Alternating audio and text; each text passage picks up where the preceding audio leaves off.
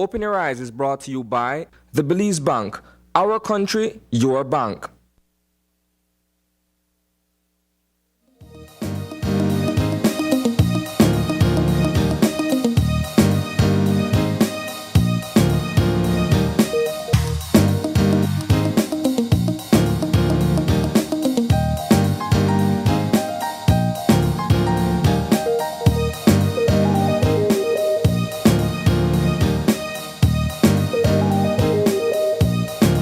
Good morning and welcome to Open Your Eyes. Start your morning right. I'm Sabrina Daly. And I'm Isani Caetano. Good morning. And good morning, Isani. Good morning, Sab. It's a warm Wednesday morning, but we're here. Yes, yes. And of course, a special good morning to our viewers tuning in from wherever they are at this time. Thanks so much for joining us as you start your morning right. And right here with us, of course.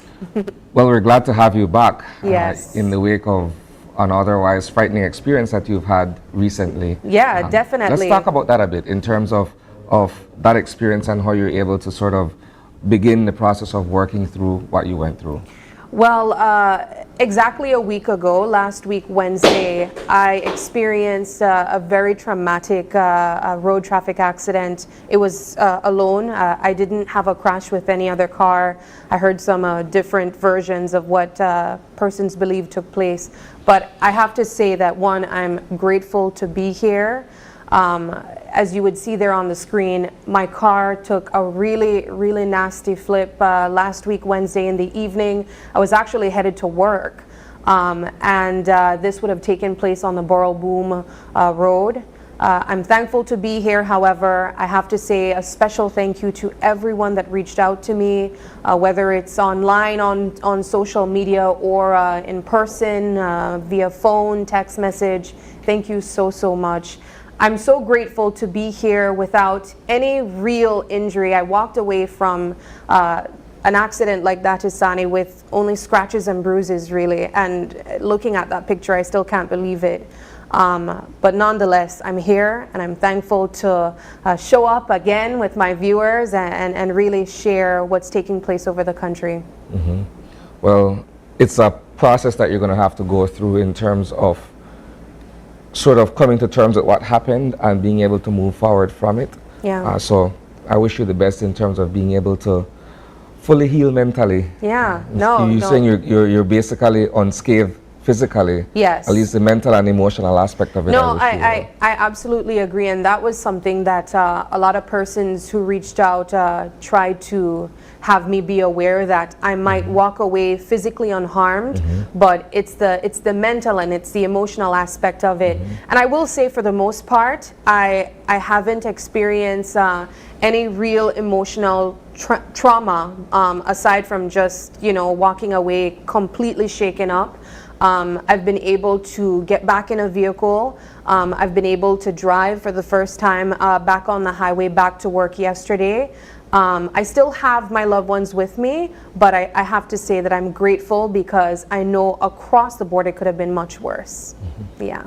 But moving into some what's buzzing conversation, aside from, of course, what took place last week, we also heard some really somber news yesterday via a press release of the Cuellar family. You would know Dr. Cuellar. He's oftentimes on the morning show here with us, talking about several different topics as it relates to health. But this morning, he is the topic that we're touching on because he was recently diagnosed with blood cancer. Of course, this was revealed after he went to the doctor for a fracture of his back. And as a result, he found out that he also had cancer of the blood. He's currently not in the country. I believe he has recently carried himself over to the States to get treatment. But at this time, we're asking for prayers for him, of course, for himself and his family to deal with this in the best way that they possibly can. So Dr. Fernando Cuellar is a friend of the media, basically, because he has been very outspoken on his views where it comes to the healthcare system in this country, both private and public.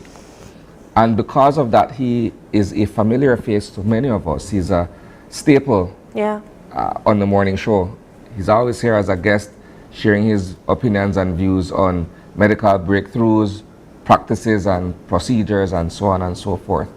And as you mentioned, Sabrina, you know, getting that news and being able to process it, for us at least, I know the family is going through its own, you know, perhaps accepting the fact that this is the present reality for them and for their loved one.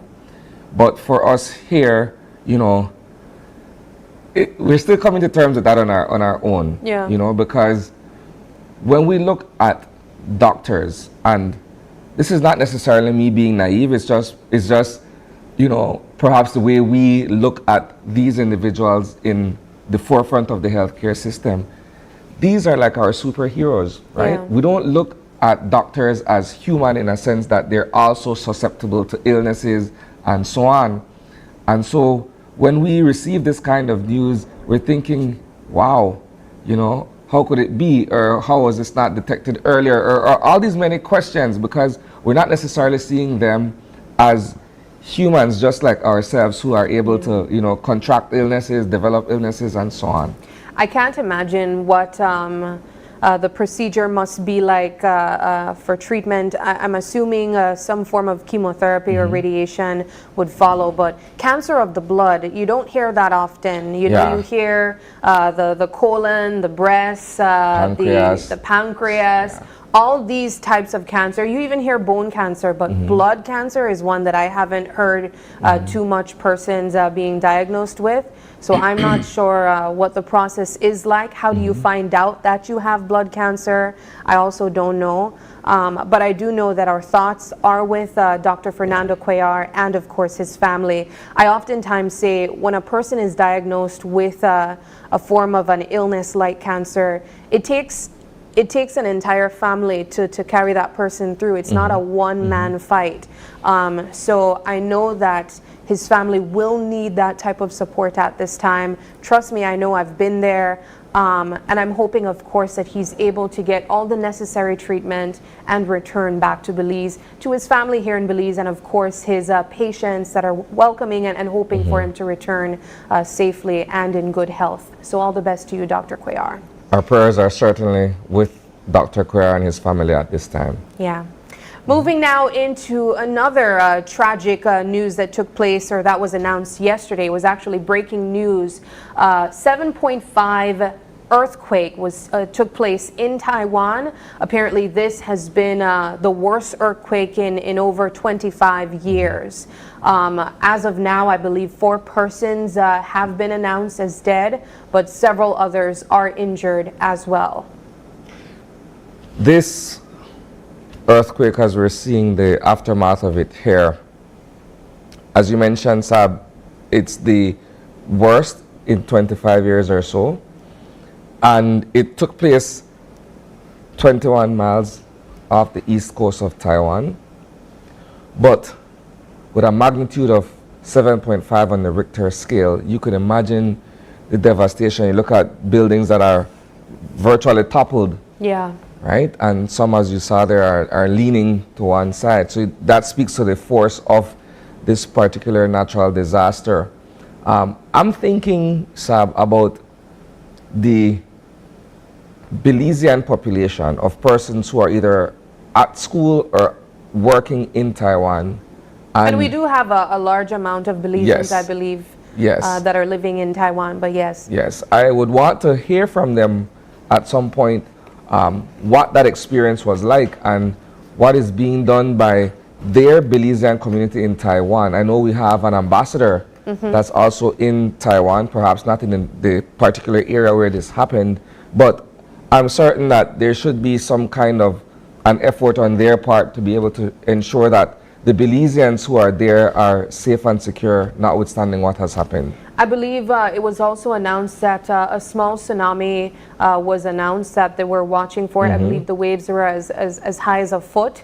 So of course when it comes to earthquakes, there are so many other things that you have to watch. Of course, it's the buildings. I believe they also announced that there were rock slides, you know, dropping onto the highways and whatnot. Absolutely scary experience. But as you mentioned, just to reiterate, our thoughts and prayers are not only with, of course, persons living in Taiwan, but their families as well. As you know, we have a large body of a student cohort there in Taiwan. We also have persons working there. Our ambassador is there as well. So we're hoping to get some official word from them. Please let us know if you're okay, if you're safe. We want to know. Yes. So switching over to a little bit of sports and entertainment. I'm not sure how much of a football or soccer fan you are, not only on the national or regional level, but on the international field, so to speak. So there has been a major development, or perhaps let me say there have been a few major developments in the world of soccer where Germany is concerned. Now, Germany is considered one of the powerhouses in the sport of football, soccer as many would know it otherwise. And two things have happened over the past few days, right? It's the fact that Nike has now taken over the contract to outfit the German national team. And many Germans feel as if though this is a travesty. How could this be? Because the German national team and the three stripes, the Adidas brand, go hand in hand, right? As a matter of fact, the German national team has been outfitted by Adidas from the 40s in the aftermath of the Second World War. It has been that, and so it's considered part of their heritage, part of their identity, perhaps. Yes, yes. And so we'll segue and go to this one, which is another part of the controversy here. Now, this is a number 44, but for some reason it's stylized to look as the letters SS. Now, if you're familiar with German history, that's a Nazi symbol, right? The SS was part of Hitler's army within the Third Reich, and they were responsible for the Holocaust and the ethnic cleansing of so many million Jews, right? And so that's all the controversy at this point. I mean, how could anyone at the design level not see that this is eerily close to this Nazi symbol? Enough to put it on the Adidas jersey, and this is what is used by the national team, right? So this harkens all these bad memories for those in the Jewish community and across the world in terms of what took place during the First and Second World Wars under Adolf Hitler. Yeah, and even German history as well. I'm not sure what the process is like when it comes to designing things like this. I'm sure there's a vetting process before there's that final approval. So I think it's so important when a country or a region carries a type of history in that way. It's so important that you make sure that you over vet, not to touch on anyone's emotions of what would have taken place in the past. But I do want to go back to the change of the company that would outfit the German team. Was there an announcement of why there was a shift to Nike versus Adidas? Well, from what I've been able to read up on, the organization that's responsible for the German national team has been going through some serious financial issues. And so when it was time to sort of renegotiate the contract, which, as I've mentioned earlier, has been held for all these many decades by Adidas, essentially Nike more than doubled the offer. And so because the organization is in financial crisis, they said, okay, well, why not, right? And so perhaps the decision was taken from a pure dollars and cents perspective. But in terms of the heritage, like I said, many people who follow soccer, the Adidas three stripes is synonymous with the German jersey, soccer jersey. And so now to see in 2026 when this comes into force the Nike, the Nike check as opposed to the three stripes.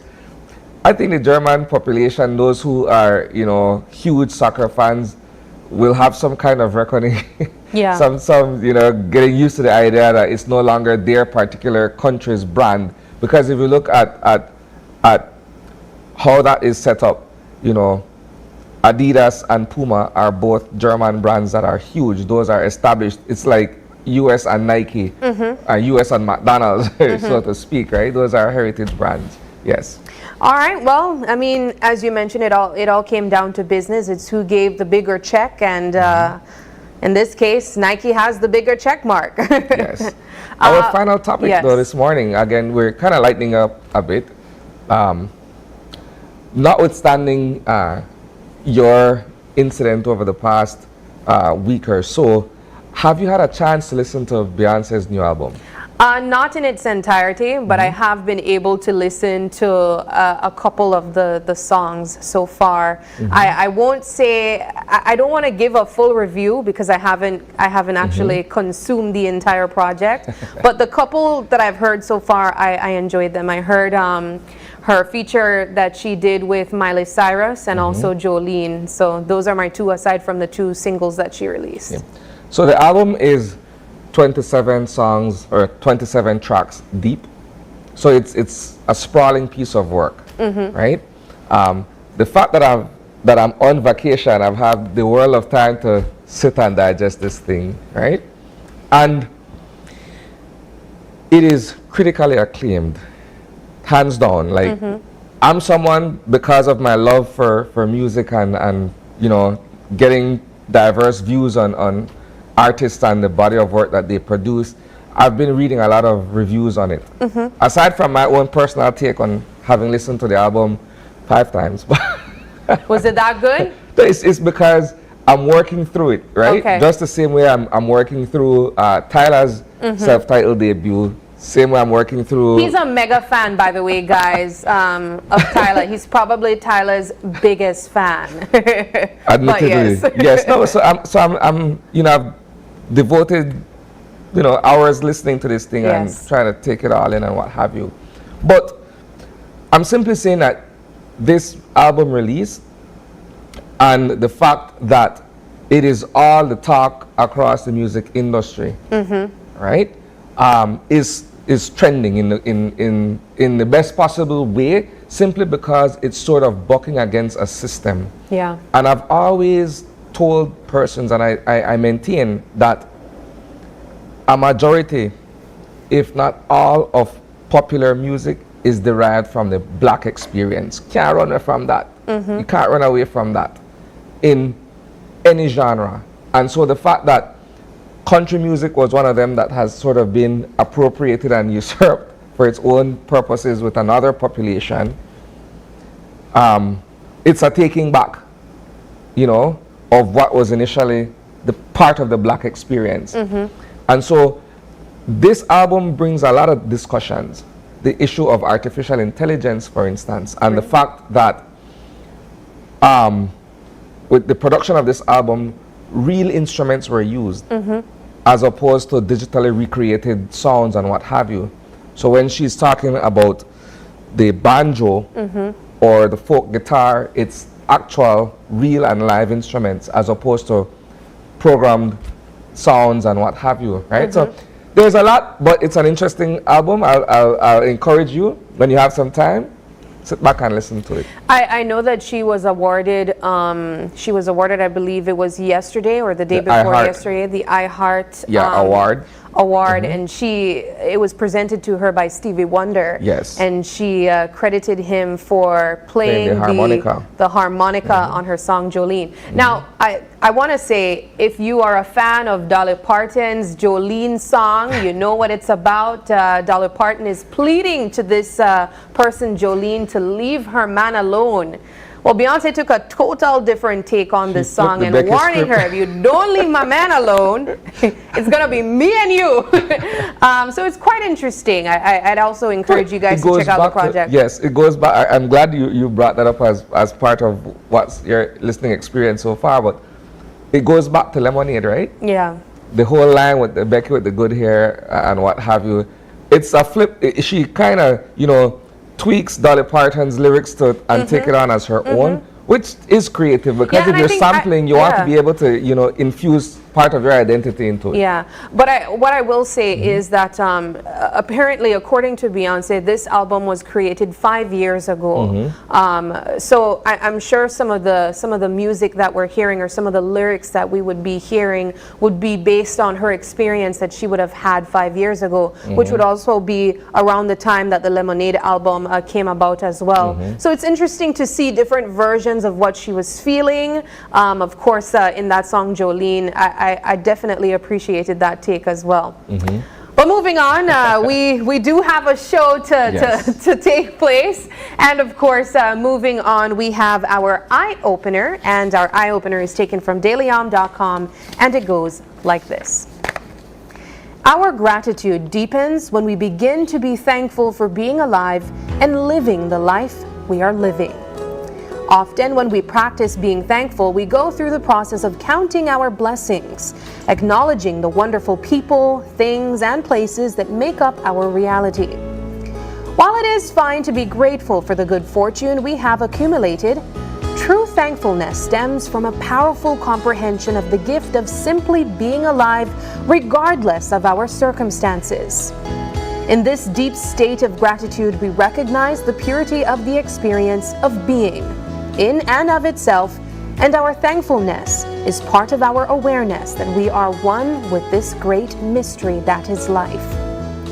It is difficult for most of us to access this level of consciousness as we are very caught up in the ups and downs of our individual experiences in the world. If we only feel gratitude when it serves our desires, this is not true thankfulness. Ironically, it is sometimes this kind of loss that awakens us to a thankfulness that goes deeper than just being grateful when things go our way. Illness and near-miss accidents also can serve as wake-up calls to the deeper realization that we are truly lucky to be alive. We do not have to wait to be shaken to experience this state of being truly thankful for our lives. We can awaken ourselves with the intention to be more aware of the unconditional generosity of the life force that flows through us, regardless of our circumstances. This eye-opener is speaking to my soul. Man. I'll start off from my end by simplifying it a little bit, right? When I read the eye-opener the first time, the initial and immediate thought that came to mind was this song that my kids often played when they were much younger, and it's from Cocomelon, right? What are you thankful for, right? So it's the idea of teaching kids from a young age to be thankful and grateful, appreciative of the people in their lives, the experiences that they will have as they grow older, and, you know, the direction in which they want to go, and the fact that God has put us here for a particular reason, and by virtue of that alone, we should all be thankful. So my immediate thought was that song from Cocomelon. Yeah. Now, to what I've been able to take away from the eye-opener itself is the fact that in life there will be challenges. The mere fact that you're able to overcome a challenge is enough reason for one to be thankful for, right?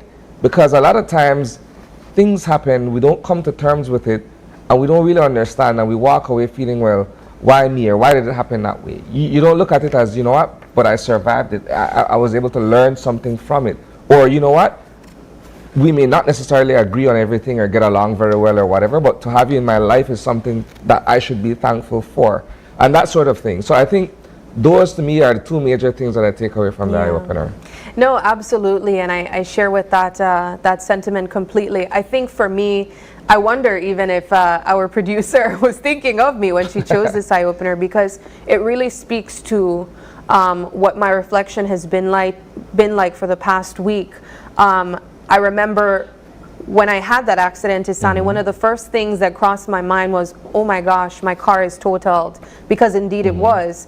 But also, I walked away with my life, And that for me was more important. And oftentimes, I think in general, we measure our thankfulness based on, or our gratitude based on tangible things that you can see or you can touch, you know, maybe having finances, having maybe a gadget or something that you like, you know.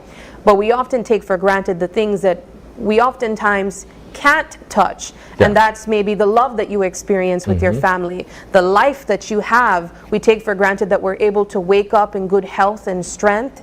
So for me, that was a moment of really measuring what, you know, what is important. And for me at that time, it was my life. Of course, I've been able to also walk out without any injuries. So being able to walk out in health is also something that we oftentimes take for granted. So this eye-opener, I'm hoping that we're really able to grasp and hold on to it.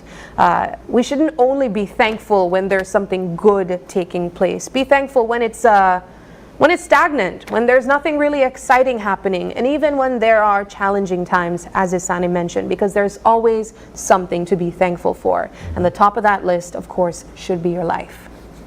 All right. All right. Moving into our weather update, hopefully we can find out if we're going to be thankful for some cooler temps this morning. Yes. So we'll be getting that update from our friends at the National Meteorological Service. Good morning, Belize. Hot and dry conditions continue today, then some changes come about later.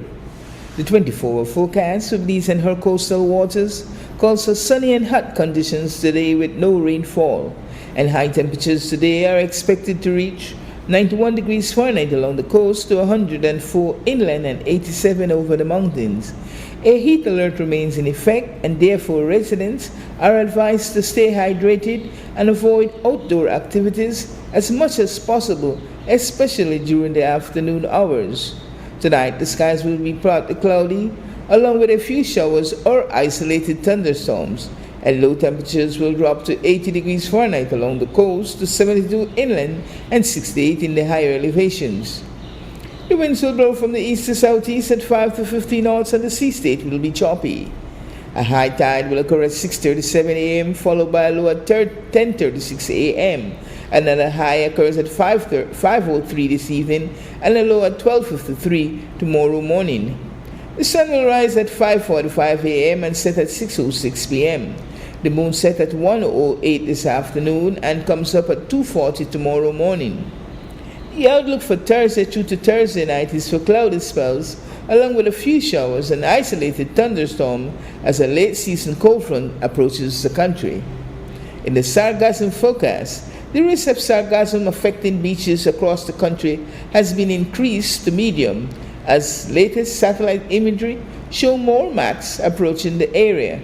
And in the fire forecast, the risk for forest fire will remain high today, then low to moderate tomorrow. And that's your morning forecast that was prepared here at the National Meteorological Service. All right, it looks like it's gonna be a hot one. Isani, what can you say you'll be thankful for after hearing that weather update? I'm gonna challenge you. I'm sorry, Stab. I'm stuck on 104. I know. And it's not a radio station. I'm there too. So definitely try to stay hydrated, stay indoors if you can, and of course, stay as cool as possible. It's gonna be a hot day today, but we are looking forward to that very light cold front that might be approaching us soon. Moving now into our show lineup, we have three great segments coming up. Starting off, we'll be talking about the budget breakdown with the Belize Chamber of Commerce and Industry.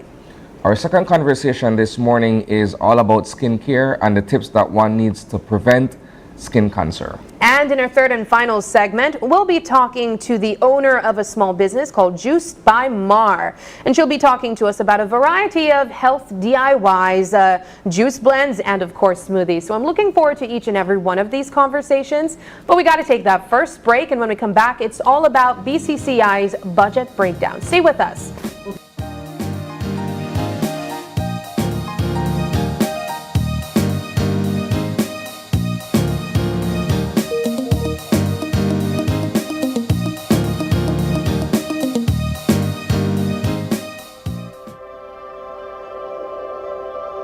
For 19 years, SMART has been the pulse of our nation. A journey of growth, innovation, resilience, and unity. From the first call that bridged distances to the data that brought us closer than ever, Smart has been there, weaving threads of connection across our beautiful land. We have been active in providing innovative solutions to enhance our customers' lifestyles. Over the years, Smart has developed and provided various services to meet customers' needs. To the dreamers, doers, and the believers, thank you for making Smart a part of your story. For 19 years of trust, loyalty, partnership, and shared experiences. As we celebrate 19 years of connecting lives and dreams, let's keep the rhythm alive. Together, let's continue to shape our future one connection at a time. Come and be a part of the Smart family, where we empower you and our country today, tomorrow, and beyond. Smart, bringing people together.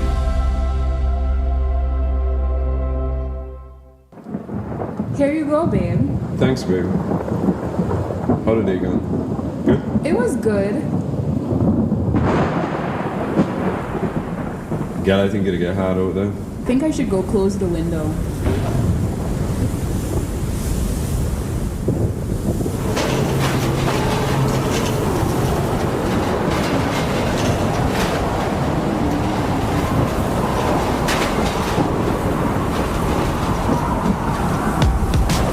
Don't let this happen to you.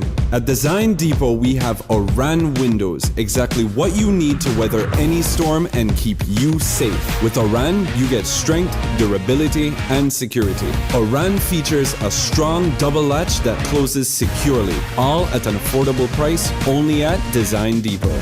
With Oran, you'll always be safe.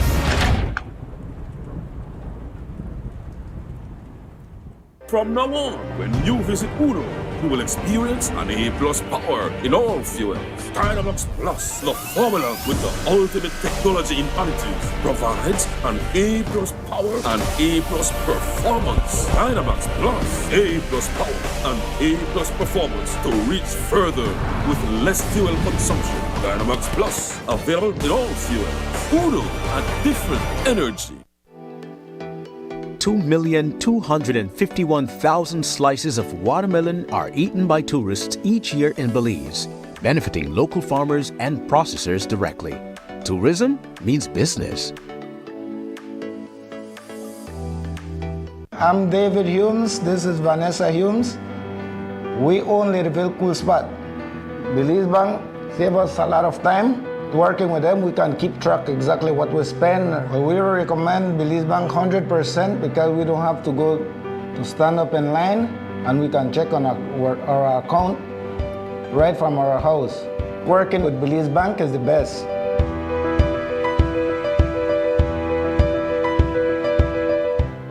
Iowa Belizean. Of course, I will make sure the place clean, especially the places then where we treasure. Iowa Belizean, of course I have a bag for my garbage in my car. Iowa Belizean, of course, I believe that all of we should do for we part to protect the environment. Iowa Belizean, of course I teach my picnic from small enough to throw garbage on the ground. Iowa Belizean, of course, on and off the court. We unite as a team to keep Belize clean. As Belizeans, let's trash the habit and not the beauty.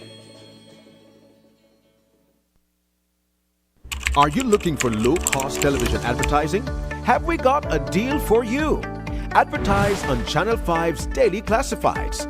Channel 5's Daily Classifieds is one of the most effective methods for introducing yourself and your business to the community.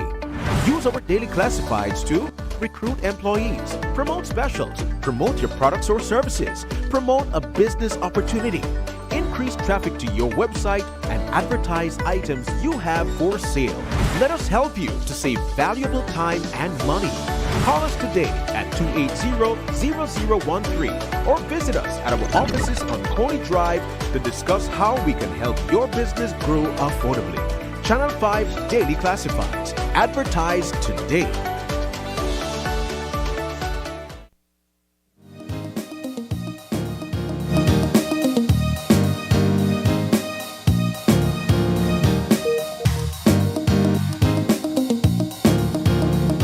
And welcome back. Our first conversation this morning is with representatives from the Belize Chamber of Commerce and Industry. We have with us this morning in studio Business Senator Kevin Herrera. Good morning. Good morning. And he is joined by the Chief Policy Analyst for the BCCI, our good friend Joshua Pott. Good morning. Good morning. Good morning. Good morning, Sabrina. Thanks for having us on this morning. No problem at all. Our topic this morning is about the budget, which has since come into force as of April 1st, right? Discussing the budget is a broad conversation because the budget book, as we look at, it's a very thick volume, right? Yeah. But there are specific aspects that I would want for us to touch on during the course of this conversation. My first question has to do with your respective take on what has been presented and what has now been implemented by the administration as part of the fiscal outlay for 2024-2025. Right. Let's begin with you, Senator Herrera. Sure. I think that, Isani, it's almost important to give a little context. Sure. Of the budget. The government structure and system is extremely formal. And so all expenditures over the next year has to be authorized through a law. And so the budget exercise that we know of, the government does every year, is actually a bill that is presented to the House, that is the Revenue Appropriations Bill. And once that is passed, that authorizes government to spend those amounts of monies. In this case, $1.6 billion over next year. I've always felt that, it's an exercise that is sometimes overhyped, but very important, because while it gives all the parties the opportunity to vent and to say what's on their mind with respect to, they don't like it, they think it's garbage, or they think it's the best thing ever. It gives people the opportunity to hear those opposing views, and so that debate in the House, I think, and in the Senate, I think, is extremely important. But as well, I think we all recognize that we came out of 2020, which was a very difficult time post-COVID, and it would have been very difficult to imagine that the economy would have rebounded the way it did over the past 3 years.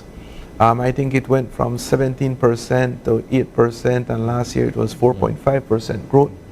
And so those are very extremely respectable numbers. And in fact, I think that we actually outperform Central America with respect to the growth. I think the Caribbean is a different situation, simply because of the hyper growth that Guyana has been going, with the whole oil find. But in a backdrop, that is what we're talking about. We're talking about a bill that authorizes government to spend certain sums over a period of time. Now, it's divided into 3 areas. There's the recurrent, and that is basically maintaining your system, like your household. You have your light, you have your telephone, you have your fuel and all of that. So those are spent annually. Nothing very new in there. Where you expect to see different things and maybe more innovative things are in the Capital 2 and Capital 3 budget. And those are where government, wants to build new roads, put in new infrastructure somewhere, that type of thing. Schools and whatever, in terms of the whole developmental path that we're going on. And so those are the more critical areas, I think, that in a budget. But it's also the smallest area. The recurrent normally takes up is taking around 76% of the total budget. And so that other 25% that is left is basically what you use to do the roads and all the other things that you want, the infrastructure that you need to put in. Let's get your take, John. I think just to add on what the Senator has said, the budget one of the most important pieces of legislation that's passed on an annual basis. We know it's coming, right? And the process in which the Senator outlined is exactly how it performs. But, you know, there are deeper questions involved that ask, okay, well, this is the process that we use right now. Is it really the best process? You know, the budget itself, in terms of the revenue that it collects and the monies that it plans to spend, have their merits. They have their merits. And like what was said in the Senate, if you listen to the debates, a budget shows the priority areas of the government. That's perfectly fine. But what I'm touching on is a little bit more on the budgetary governance of it all. Really the process in which the budget is put together, how it is shared with us as stakeholders, and what opportunities are there for our input. Because a budget is really a contract between us and the government, and the government says, well, this is how I plan to collect revenue and spend the revenue that we collect from you, from us, right, from all of us, in the goods and services that we pay taxes on, and the taxes that we pay on our income. So looking at the budgetary governance aspect of it is really where we were focused. I think that's a really good point. Given that a budget is for the people, I mean, I think we should accept that. But it shouldn't happen in a vacuum in terms of putting all those numbers together. I remember some years back when Dr. Barnett, I think, was financial secretary, there was a process that was established where, you know, they'd meet the chamber, the Belize Business Bureau, the unions and other groups to get their input in the budgetary process. Because it's not only an exercise where I think you should have a debate at the upper and lower houses, but I think that it should be something that is all-inclusive. You know, everybody should have a part in that. Hey, you know, I'm in this rural village, you know, my kids have to walk through water every morning. You know, we should have a road there, or we should have a bridge over a creek, you know, that type of thing. I think that input, I think, is very important. It shouldn't be an isolated exercise in Belmopan. As it stands, what is the input, and if there is, the weight of the input from stakeholders to the budget? Well, I think the greatest extent of the input comes in National Assembly itself. You know, Senator Herrera represents the business community, which comprises of the members of the BCCI and the members of the Belize Business Bureau. So we have an opportunity to discuss the budget with our representative, and then the representative takes our views to the Senate. That is the extent, I think, of the consultation. When you look at other systems and how they handle budgetary governance, you will find a lot more inclusive practices. You know, there are three areas that certain indices measure budget in terms of participation. They look at transparency, how transparent the budget is. They look at the level of public participation. And we're not on that index, but the countries that rank very high on public participation, they do things like virtual consultations with a wider range of stakeholders at the budget drafting stage. You know, not when it's drafted already, when it's published and going into the House, but at some of the early stages of budget planning. You know, they get stakeholders' input. So my two areas of question, now that you've mentioned that, has to do with the transparency and accountability, which go together as one. I lump them together. And the other has to do with the politicization of the entire budget, its presentation and its debate and what have you.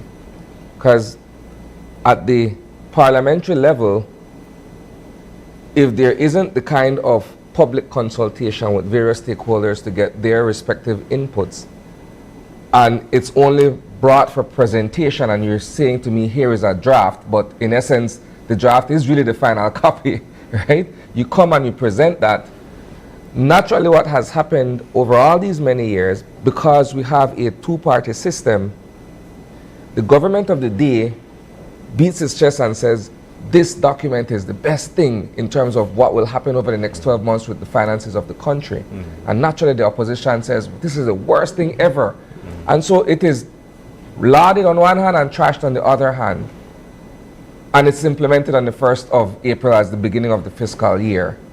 So the other part of it has to do with transparency and accountability. So for instance, if we're saying we've earmarked and have approved $1.6 billion for the upcoming year. At the end of the cycle, is there any kind of an assessment or evaluation, any kind of accounting that says, okay, you know what? We have spent our money wisely. We've either exceeded it or we're below budget or what have you. Something that comes back and says to the public, hey, this is the book, it's open. This is what has happened over the past 12 months with your money. If I can just touch on the first aspect, and then I'd lean on the Senator on the transparency and accountability part. To add to the scenario that you put out, right, on the budget presentation, think about it like this also. Think about the current situation with Parliament, where I think there's only 4 or 5 representatives on the opposition side. Yeah. There is no power for Parliament to vote down the bill. Absolutely none.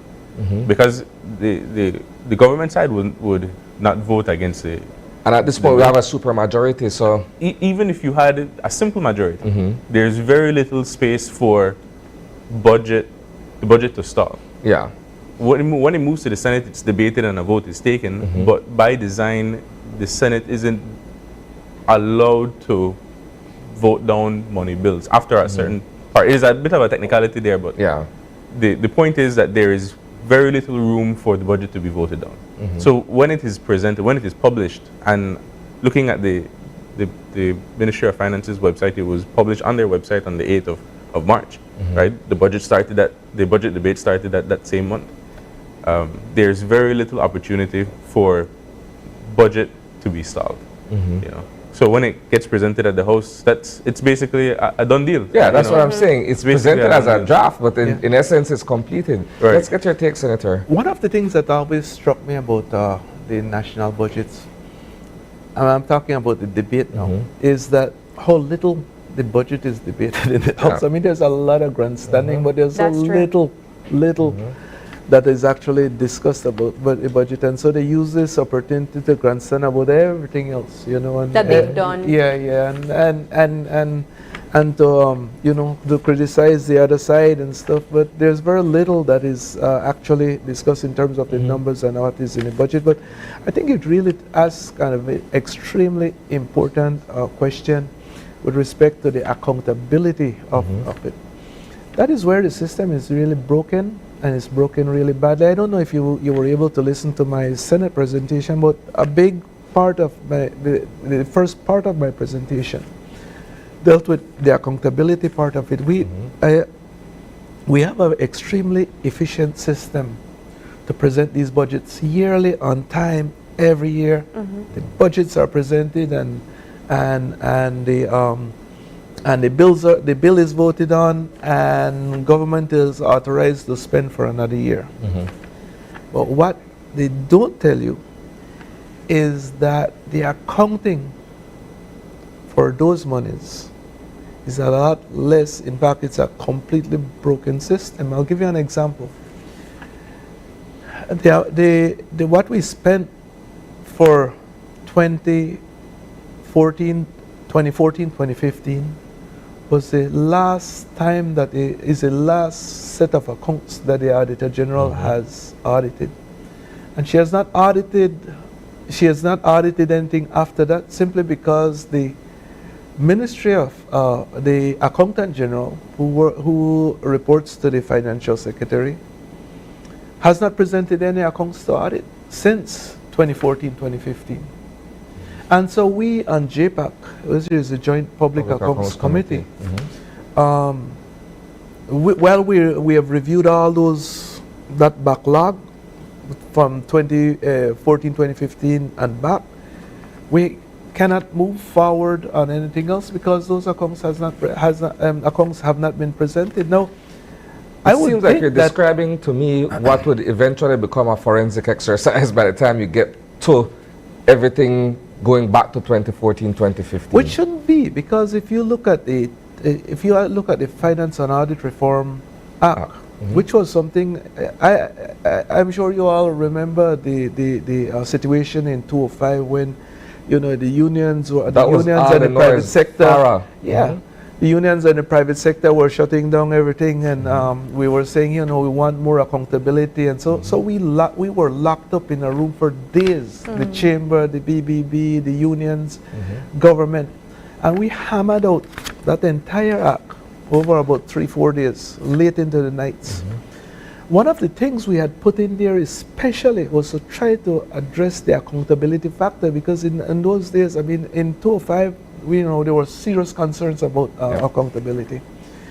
One of the things we had in there is that the accounts for government has to be presented to the National Assembly within 3 months after the end of the fiscal year. So these accounts here for 2023-24 would have to have been submitted to the Auditor General to be audited by June of this year. That's how close it should be.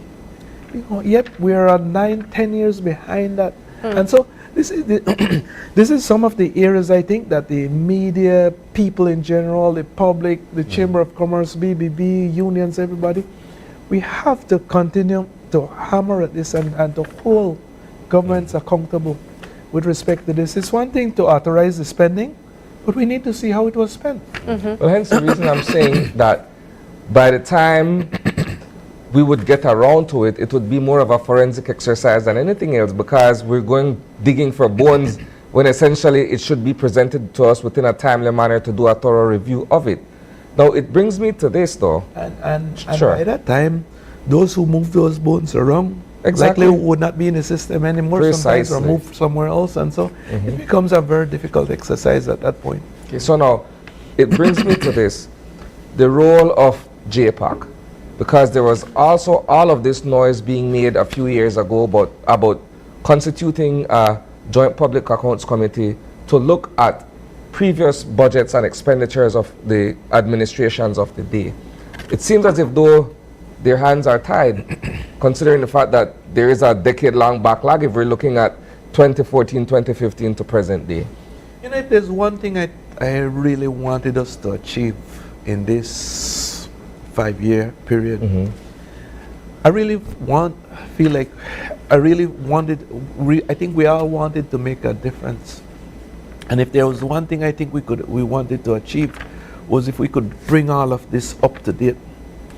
But again, you mentioned, you use the words hands are tied. To a certain extent, I think we are, because if we don't have the accounts to audit, then it's almost out of our hands. And so I think that this is something that government really has to push and to take seriously. At JPAC, we have called the Accountant General, the Auditor General many times, the Financial Secretary. There was even a meeting with the Prime Minister on the issue. And the whole thing is to try to push these people to do their jobs. I mean, the Belizean public owes it. There's one thing I think we all have to keep on the forefront of our minds, is that we don't have the option to pay taxes. The monies that government spend are taxes. And so they owe a responsibility to us to account for it, and account for it well.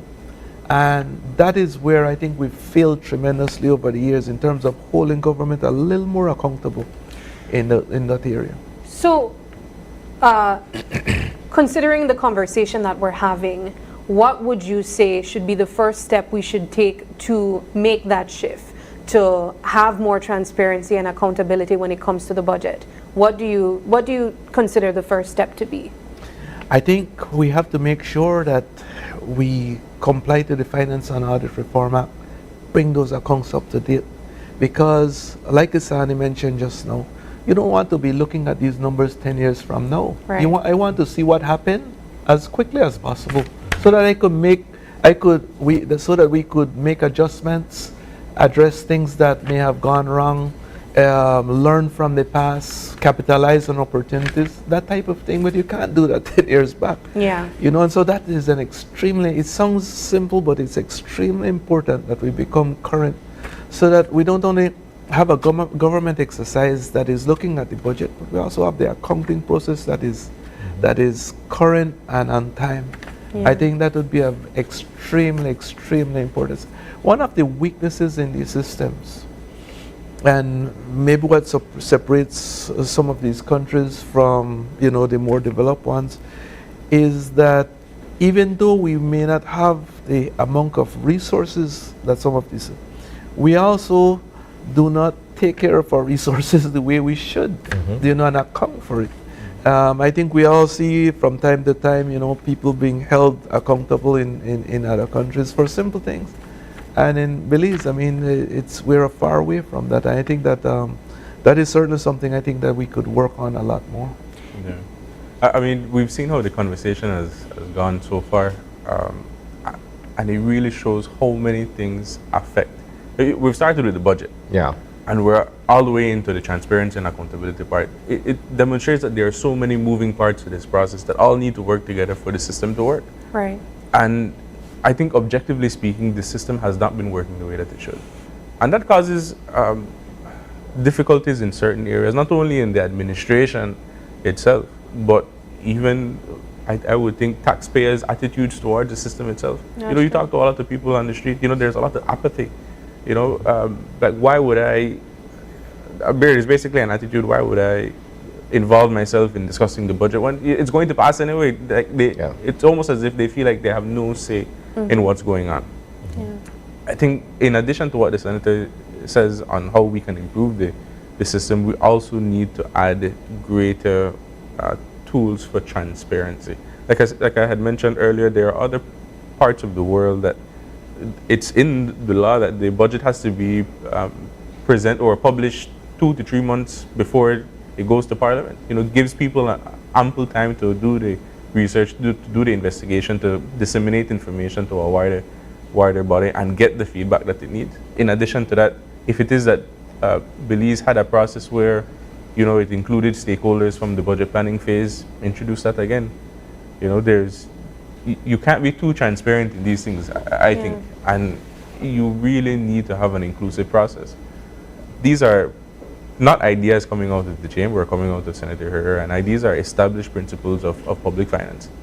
If I'm not mistaken, right, I've heard on previous occasions leading up to the actual putting together of the budget and its presentation, I've heard on previous occasions a call for ministries to be able to get everything that they want put together so that they can present it on behalf of their departments and what have you. When that is done as part of this overall process of putting together a budget, is it reviewed by any other, for instance, a financial expert or an economist or someone who could share some kind of meaningful input to say, well, look, you know what? Maybe you need more, or maybe it's bloated as it is, or what have you. Is there that kind of a consultation, or are we saying that this is absent from the conversation altogether? Well, I'm sure within the government, within the administration itself, they have their experts that work on it. They have very capable people working on the budget. That's not without a doubt. But what we're saying is that it needs to be a lot more inclusive than that. You know, there are wider stakeholders that can be consulted, that have good feedback to contribute. You know, and that I think that resource of that wider stakeholder consultation should be used a little bit more. All right. Well, gentlemen, do you have any final words that you'd like to share? Well, I guess just to wrap up on my end, the conversation that we're having this morning, it couldn't be a breakdown. You know, like we didn't necessarily get an opportunity to break down because there's so much to break down. But it's not to say that there aren't merits to the budget itself. Yeah. You look at the budget, you look at the areas that they're planning to spend on, you can clearly see where the government's priority areas are. And when you look at the publications, we're seeing investments in healthcare, investments in education, things that as not only the Chamber of Commerce, but as taxpayers in general, we can wholly support, right? That's evident. The issue or the areas that we can improve on, again, has to be in the budgetary governance aspect. We have to be a lot more transparent and inclusive in how these budgets are put together. And I think those can be worked on within the short term, and we would realize greater benefits moving into the other fiscal years. I think from a technical standpoint, I think the government has to do a better job from a revenue standpoint in terms of going after those low-hanging fruits, and as well as containing the recurrent expenditures as much as possible. And there's a reason for that. Like I said, the recurrent is to maintain the system as we have it. But what you really want to do is to expand that capital to in the capital areas, because those are the developmental projects. Those are the things that move, develop the develop the country, and address, you know, some of the developmental needs in the country. And so the more you're able to grow that part of it, I think, you know, the faster you'll see our developmental process advancing. And so that's certainly an area I think that they could look at a lot more. I think that there are areas of opportunity in there that if there's the governmental will, I think, to go after them, I think that a lot more can be done in those areas. Yeah. Well, gentlemen, thank you so much for stopping by, sitting with us, and going over areas that we can improve as it relates, to the budget presentation. We appreciate it. Yeah, thank you, Sabrina. Thank you, sir.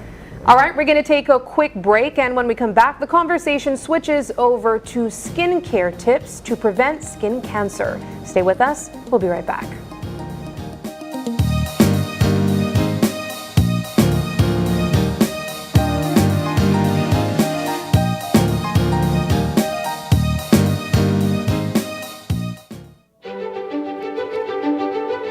Technology is ubiquitous, and it's transforming how, when, and where we work. Fulltech Systems is placing award-winning devices in the hands of information workers, allowing them to work without compromise in a world without wires, to innovate, create, and to maximize productivity anytime, anywhere, satisfying the needs of the desk-centric remote and field worker and every other worker in between. We are providing the industry's best devices to businesses going through the process of digital transformation. Partner with us today to provide the solutions that will allow your employees to work effectively and efficiently to enhance your customers' experience.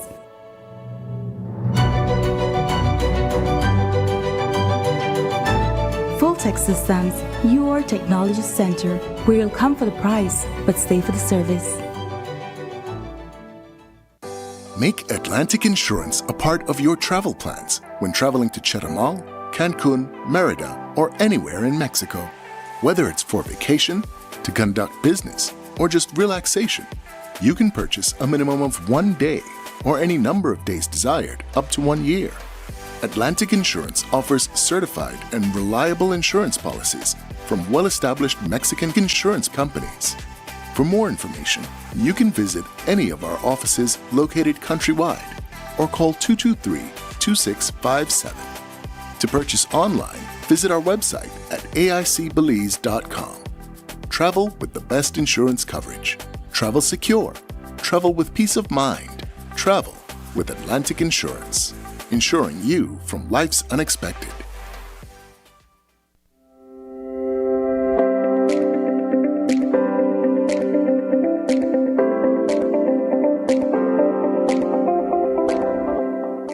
When we're talking about the first 1,000 days of life, you're talking about from the time you're born till you're 2 years of age. This is very important to your development. This is the time when your brain develops, when you learn how to think, how to eat, how to grow. This is extremely important. This time period will determine your later years in life, how healthy you are, how not healthy you are. Breastfeeding is extremely important, and we're not doing as much as we're supposed to be doing with breastfeeding. Breastfeeding is cheap, it doesn't cost anything. It is readily available, it's at the right temperature. It is safe, it doesn't carry any diseases, but it carries all the nutrients that the child needs. A baby doesn't really need anything other than breast milk. It does need water, does need gripe water, no need juice, and this is true up to 6 months of age. If we do this for our baby, we're setting up our baby to be healthy.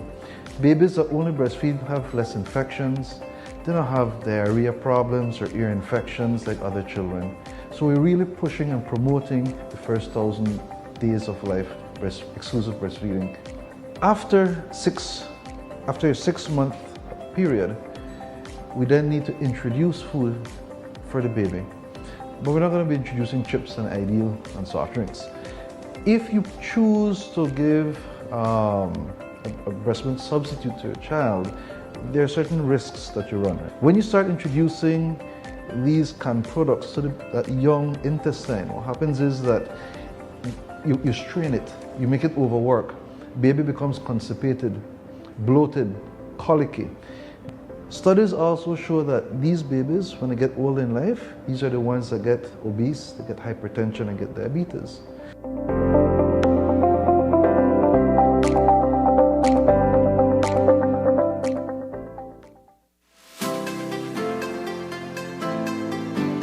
Discover a shopping experience like no other at the V Department Store. They carry a vast array of products at unbeatable prices. Elevate your shopping journey with affordability, diversity, and accessibility at the V. Conveniently located at 1745 Coney Drive in Belize City.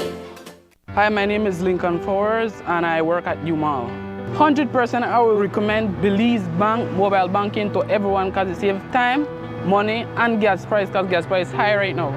Belize Bank mobile banking just make life easier.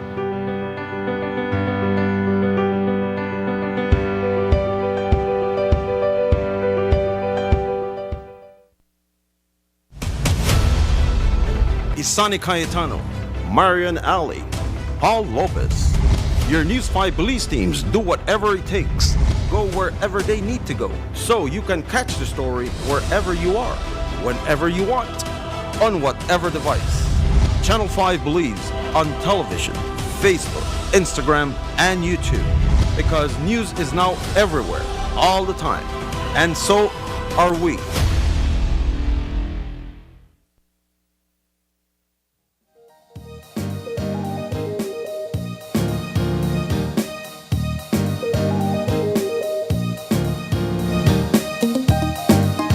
Welcome back. We are having our second conversation this morning, and it's all about skincare tips from Dr. Skincare. We have here with us Dr. Jorge Lopez, and he's a dermatologist.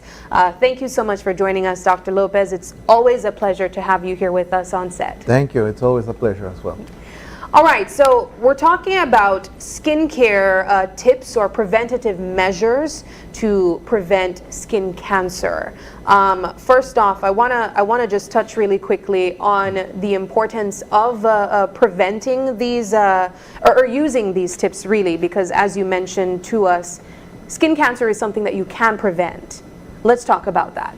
Okay, yeah. One of the positive things about skin cancer is that most of the time it's easy to detect because your skin, you know, it's readily right there for us to examine.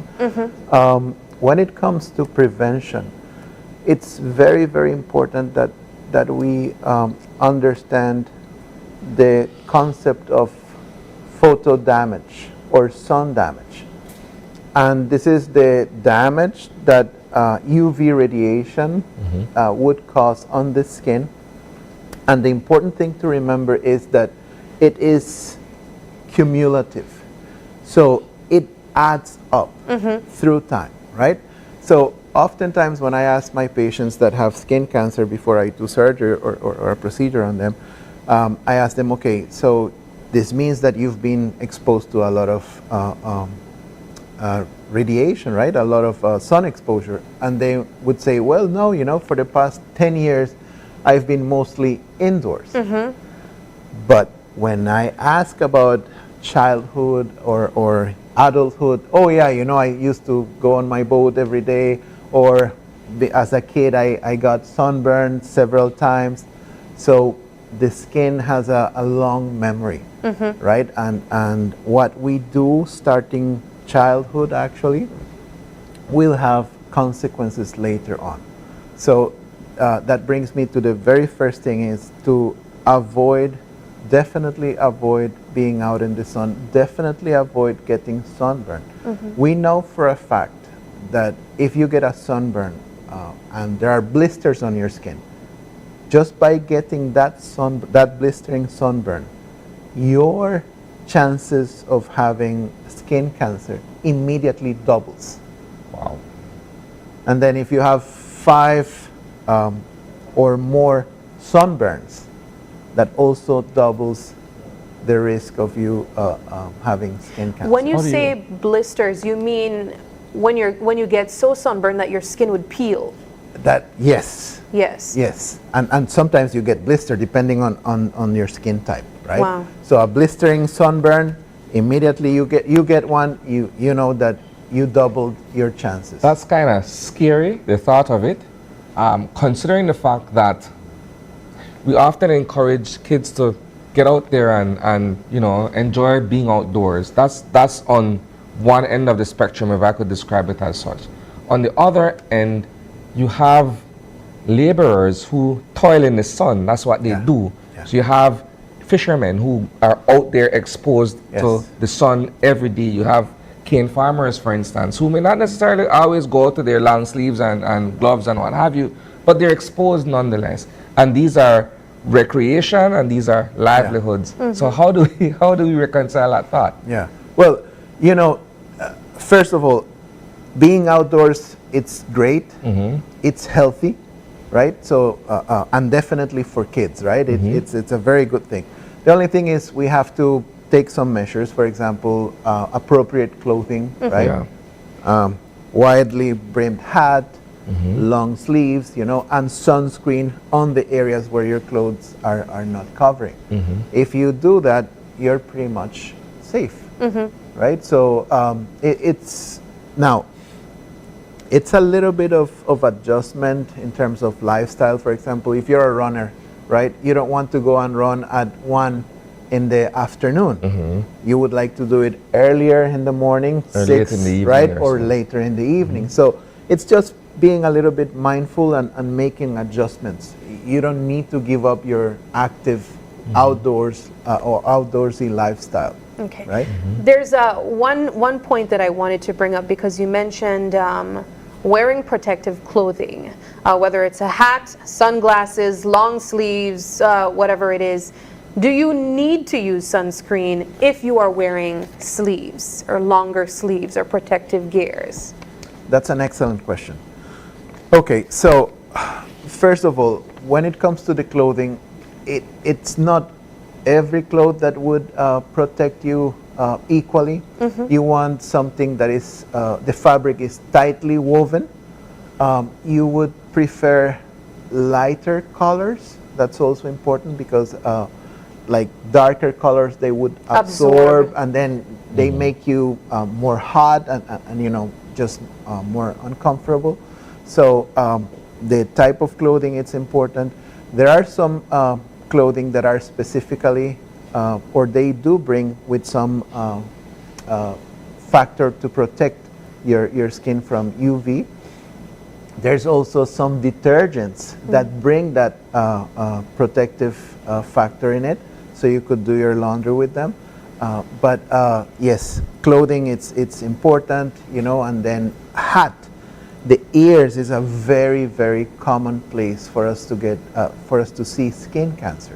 Really? And it's a very challenging when it comes to performing surgery. So you really want to make sure that you use a hat, that you always apply sunscreen on the ears.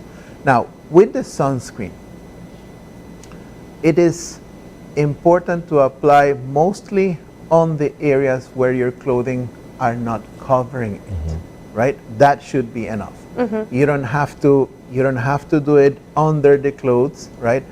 Now I have to say, for the most part, studies have shown that even when we use sunscreen, excuse me, we don't apply enough amount, or we don't reapply.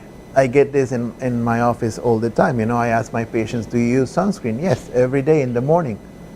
But there's no reapplication. So when should you reapply? All right.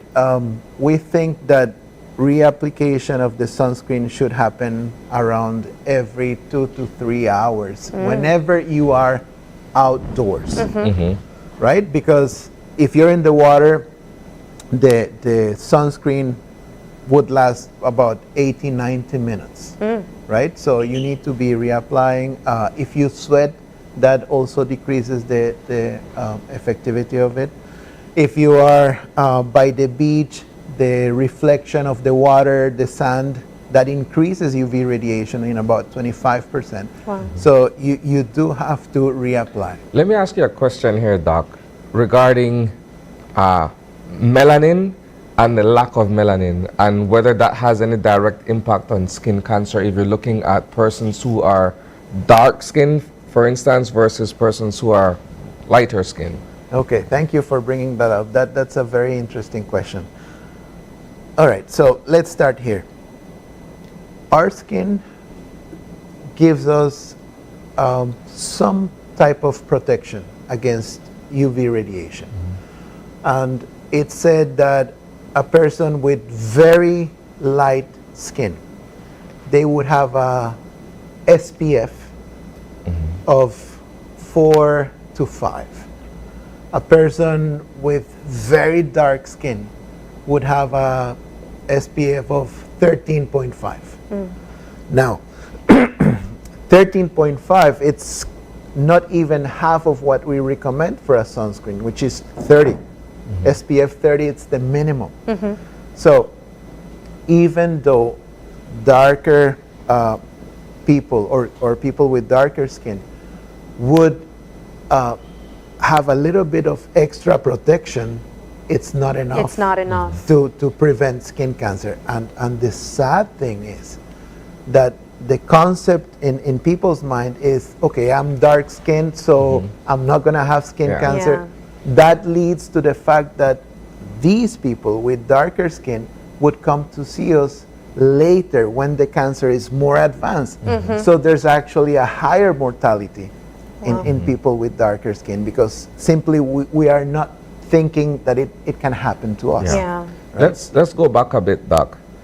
Describe for us the symptoms of skin cancer, because we've been discussing skin cancer or what have you, but for the layman, for the average person, how would we be able to detect that something is wrong with us enough for us to go and get screened for skin cancer? Okay, so it could vary a lot.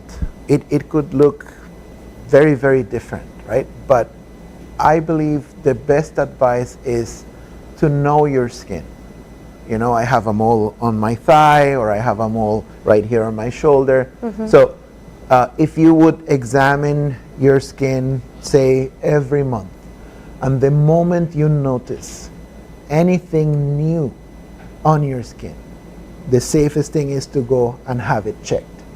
Now, say I have a mole and suddenly it starts to get irritated, itchy, painful, it starts bleeding, it changes in size or in color. All of these could be alarm signs for skin cancer, right? Because there are different types of skin cancers. The most common one is the one we call basal cell carcinoma.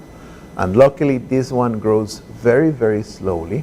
So it could literally start like a mole, right? So you look at it and you say, oh, okay, I got a new mole. And then 2 years after, you go out to the dermatologist and you find out it was a skin cancer.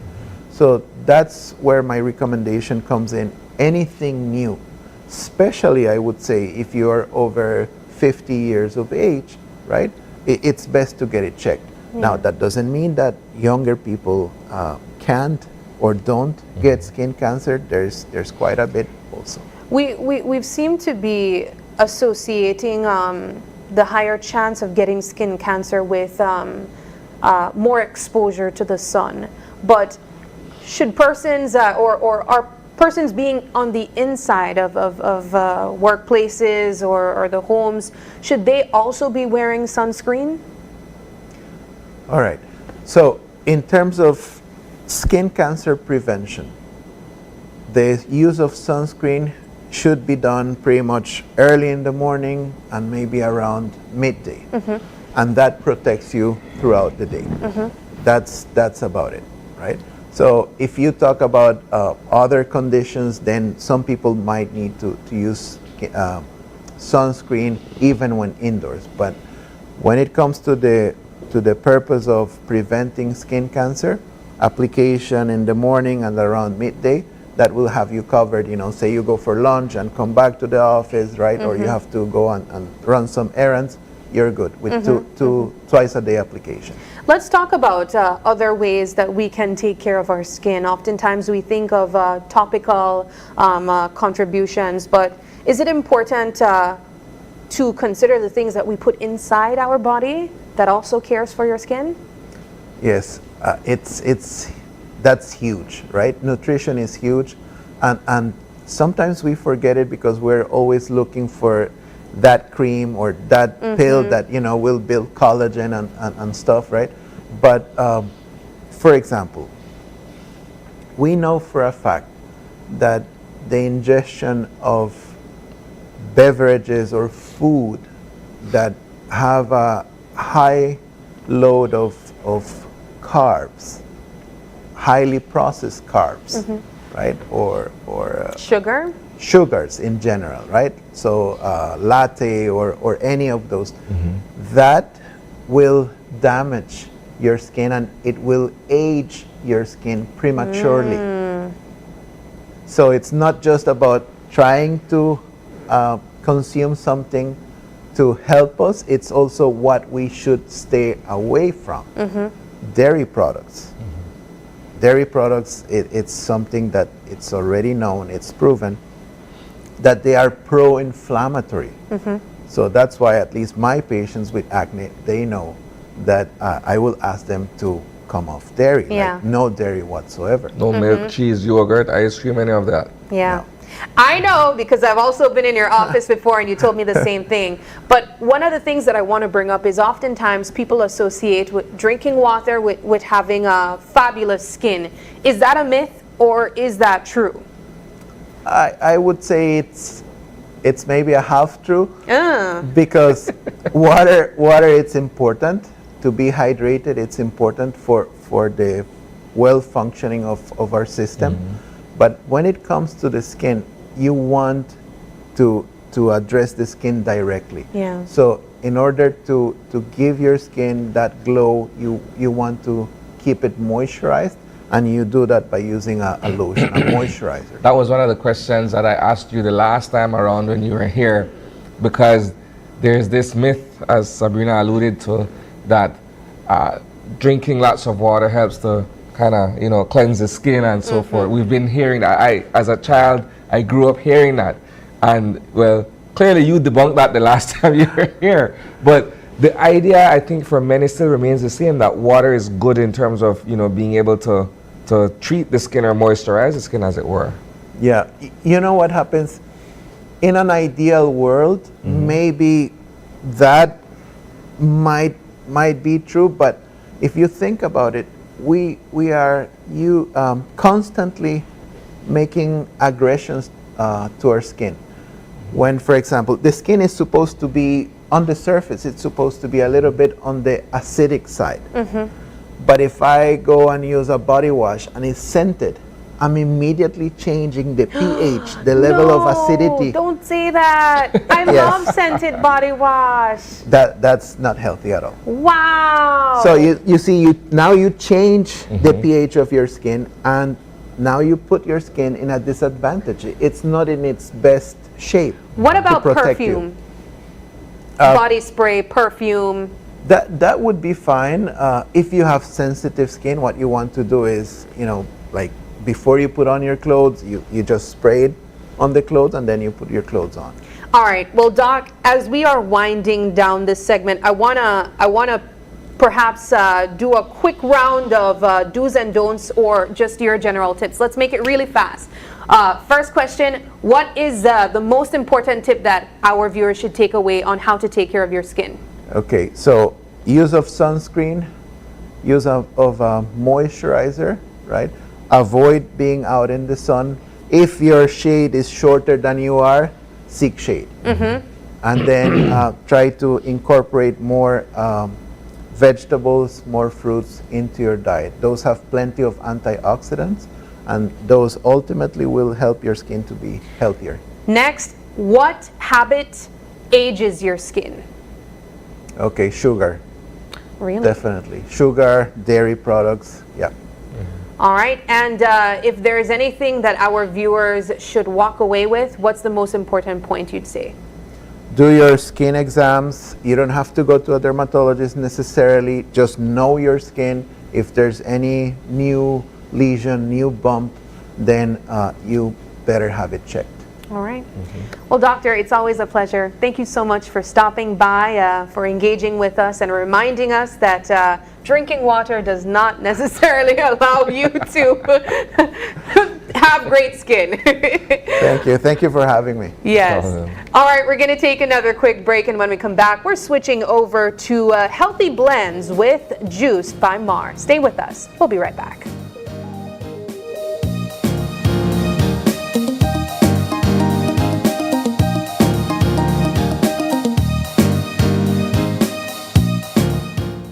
Hello, friends. I'm Dr. Bob Roberts with another 60-second sermon from God's Word.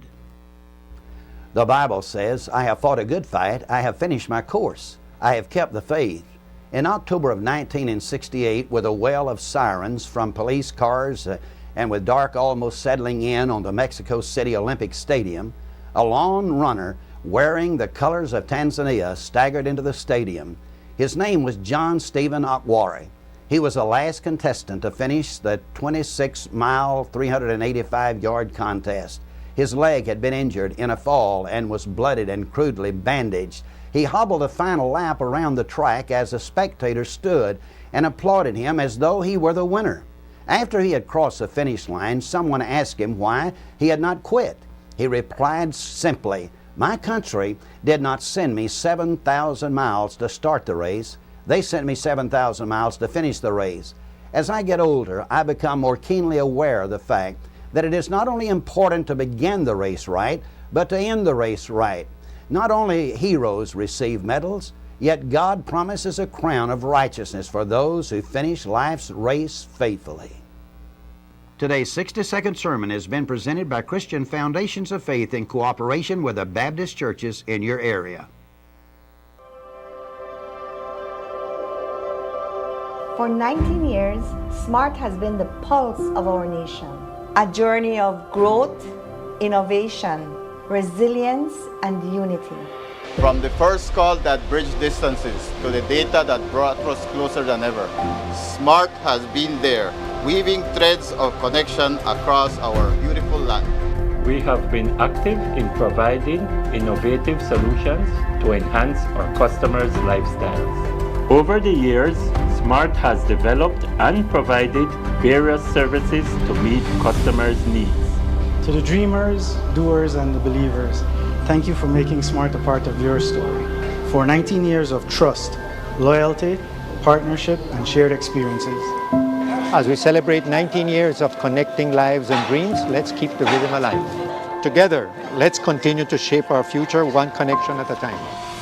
Come and be a part of the SMART family, where we empower you and our country today, tomorrow, and beyond. SMART, bringing people together. Ignite the innovator in you with Dell. Cellular World is an authorized partner for Dell Technologies. Whether you're looking for equipment for personal use or to transform your business, Dell Technologies can provide you with the right equipment to suit your needs.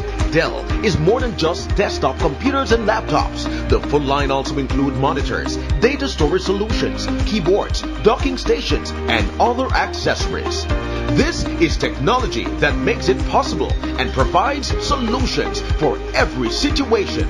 Shop for your Dell products at Cellular World, your #1 Dell authorized partner in Belize, and get all the technology you want for less. Bring your brightest ideas to life with intelligent technology. Cellular World, authorized Dell partner. Upcoming enhancements to My Social Security. The new healthcare provider feature seamlessly connects healthcare providers, insured persons, and employers to facilitate the payment of sickness benefits. Here are the enhancements. Registered healthcare providers will create and submit online medical certificates using their healthcare provider accounts. Insured persons will receive a link to view the medical certificate to complete and submit their sickness benefit claim. And employers will receive an email notification of their employees' sickness claim. Also, the insured person and their employer will receive a copy of the claim decision letter after review. Healthcare providers, insured persons, and employers are encouraged to create a portal account to access and benefit from these new services on My Social Security at ssbportal.org.bz. My Social Security online portal. New healthcare provider feature coming this March. Social Security at your fingertips. Isani Cayetano, Marian Ali, Paul Lopez. Your News 5 police teams do whatever it takes, go wherever they need to go, so you can catch the story wherever you are, whenever you want, on whatever device. Channel 5 believes on television, Facebook, Instagram, and YouTube, because news is now everywhere, all the time, and so are we. Whether you're at home, on the road, at work, or at school, if you see news happening or suspect that something might be up, call or text the Channel 5 News Belize tip line at 672-5555. You don't have to give us your name, just give us the tip. That's 672-5555. Call or text us so we can check it out. When someone you love becomes a memory, the memory becomes a treasure. Channel 5 introduces the Daily Obituaries. The Daily Obituaries will broadcast all death and funeral announcements and memorials to honor your loved one's life and memories. The Daily Obituaries airs on Channel 5 prior to the evening newscast, with subsequent repeats at 10 p.m. and 12 noon the following day. It will also be placed online on our social media platforms, all for a standard package fee. Celebrate their lives and memories with Channel 5's Daily Obituaries. Honor in life and reverence in death. Are you looking for low-cost television advertising? Have we got a deal for you? Advertise on Channel 5's Daily Classifieds. Channel 5's Daily Classifieds is one of the most effective methods for introducing yourself and your business to the community. Use our Daily Classifieds to recruit employees, promote specials, promote your products or services, promote a business opportunity, increase traffic to your website, and advertise items you have for sale. Let us help you to save valuable time and money. Call us today at 280-0013 or visit us at our offices on Coney Drive to discuss how we can help your business grow affordably. Channel 5's Daily Classifieds. Advertise today. Do you have information about a crime or a fugitive in our community? You can submit a tip anonymously with your smartphone. Using this program in safeguarding our community also protects your identity, keeping you out of the court system, and could earn you a cash reward. Here is how it works. Download the free P3 Tips app from the Apple Store or Android Market. P3 is the provider of our secure anonymous tip collecting software. Open the app and create a PIN, but be sure to remember that number, then select your location. Next, select the type of crime. When submitting a tip, be as specific as possible. If you have a picture, video, or audio that will help officers, you can upload them from your phone. Information leading to an arrest can earn you a cash reward of up to $1,000. Once your tip is submitted, you'll be given a tip ID and password. Check back if your tip leads to an arrest. You'll be told how much you were rewarded and how to anonymously collect your cash.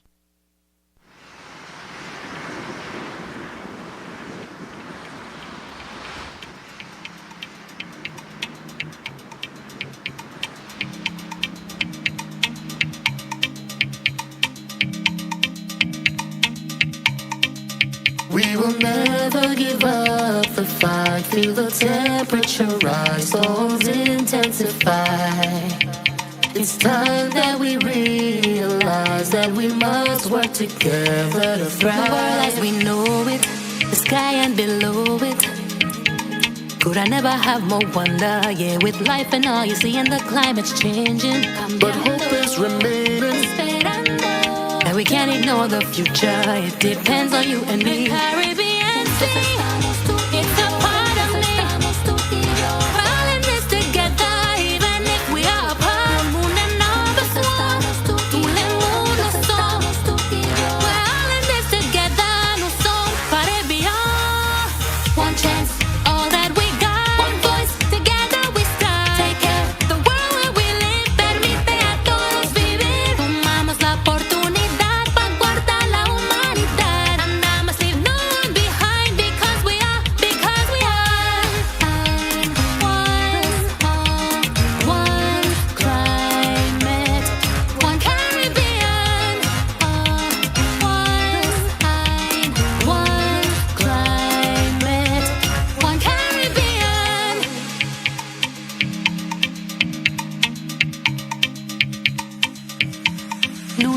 indépendants tous, notre planète Terre. Je n'ai pas imaginé un jour un monde sans vie. We're never losing, as long as we're moving towards a better future. It belongs to you and me. Let's be persistent, we'll be resilient. We're all in this together, even if we are apart. Y todos sabemos que todo lo que hacemos. We're all in this together, afecta nuestro mundo. One chance, all that we got. One voice, together we stand. Take care, the world where we live permite a todos vivir. Tomamos la oportunidad para guardar la humanidad. And I must leave no one behind because we are one climate, one Caribbean. One climate, one Caribbean.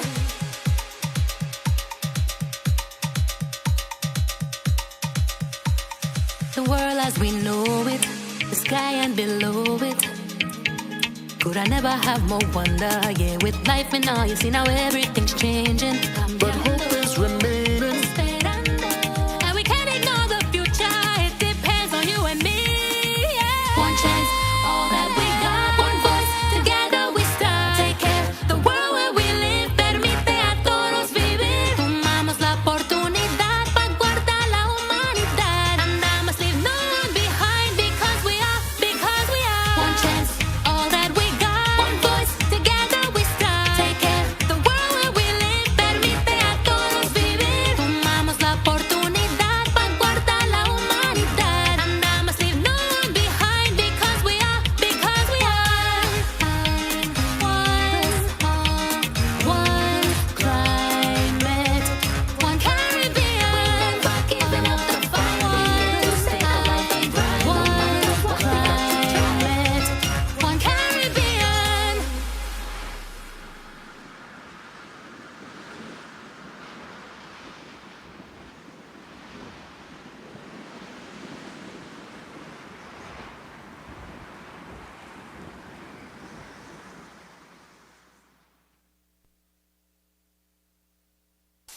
Time to wake up. Time to prepare for the day. Time to learn. Time to make a difference. Time to look after yourself. Time to see your healthcare provider. Don't let cervical cancer stop you from unleashing your potential. Now is the time to get vaccinated. Now is the time to get screened. Now is the time to end cervical cancer. For more information, visit us at www.paho.org/endcervicalcancer.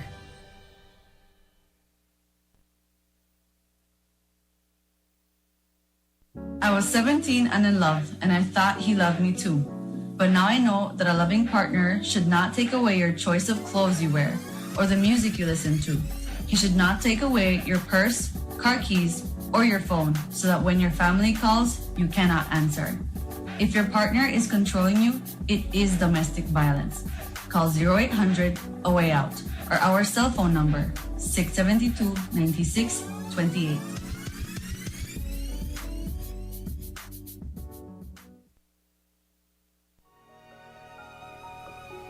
What did you mean earlier about climate change, Mom? Well, when I was your age, I remember beautiful coral reefs and healthy beaches. The summers weren't as hot as they are right now, and the rainy season meant that it only rained when it was supposed to. And then what happened? The weather just started to change, and storms got worse. Coral reefs started to die because the ocean was getting too warm, and crops started to die because there was not much rain. You know, we realized as adults that we were doing something that was causing this. What were you all doing? The same thing we're doing now. Not using clean, renewable energy, chopping down too many trees, and even polluting the air with gases such as the gases emitted from our cars when we drive around. We need to help before it's too late, Mom. We can't let it get worse. What can I do? We can raise our voices. With 35 million dreams, aspirations, and futures at risk in CARIFORUM, we need your voice in our story against climate change. Acknowledge, commit, act. This message is brought to you by the Caribbean Community Climate Change Center under the Intra-ACP Global Climate Change Alliance Plus program and is funded by the European Union.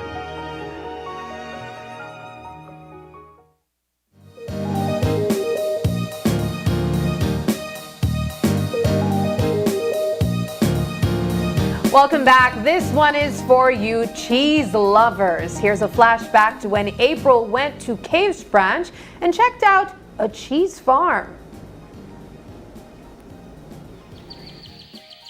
There are many amenities at the Ian Anderson's Cave Branch. And besides all of the cave tubing, I am going to try the famous cheese house. Making cheese is not that famous in Belize, so we will be starting that process here today, and hopefully I get to sample some really good flavors.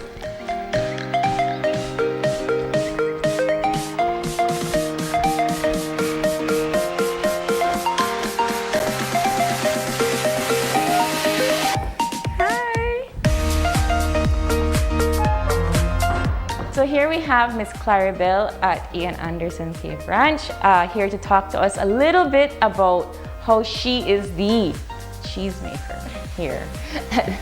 So tell us a little bit about the cheese making process and how long you have been doing it. Okay, we make 12 different kind of cheeses here at Ian Anderson Cave Branch Cheese House. We make 7 of them that are aged and the balance are fresh cheeses. They're all made out of cow's milk, unpasteurized milk. We don't pasteurize our milk, and we don't add any additives to our cheese. All we use is 2 types of ingredients. We use a culture that is to raise the acidity level of the milk, and we use the enzyme to curdle the milk like in 15-20 minutes. That's all we use. What makes the different cheese is the different manipulation that we do on the curds, like the different cutting, the different temperature level, the different acidity level. That's what makes the different cheese. So we make 12 different kind of cheeses, and we make the Parmesan cheese. It's an Italian style cheese. We also do Spressa. It's an Italian style cheese again. It's a hard cheese similar to the Parmesan. We also do another one that is called the Trappist cheese. It's a European style cheese. This cheese is a semi-hard cheese. We also do another one that is called the Old Brebender. It's a Belgium style cheese. Then we also do the triple cream camembert. We do the Mr. Stinky. It's a blue cheese recipe. Okay. That explains it. So what do we have here in front of us? Okay, in front of us we have a feta cheese.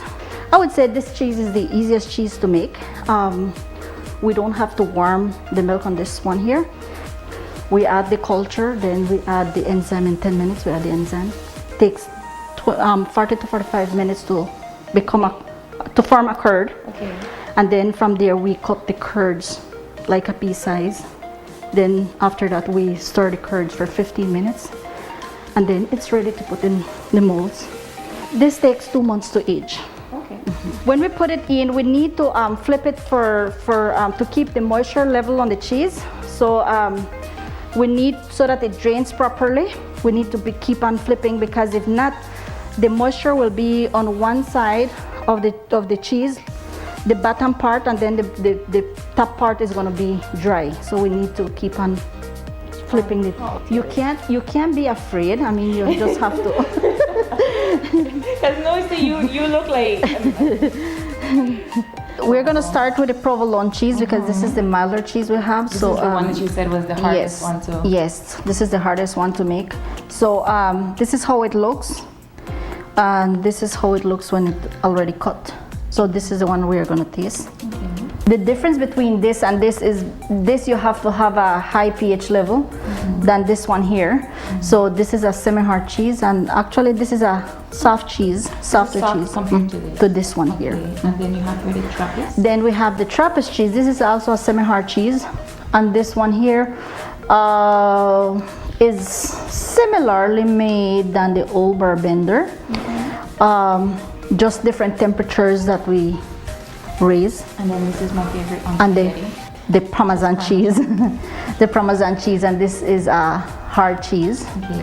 And then this is the one we just were flipping. The feta cheese. The feta cheese. Yes. Can I open? Okay, so this is what it looks like after it's already flipped 100 million. Okay, so this is the provolone. Sounds very Italian.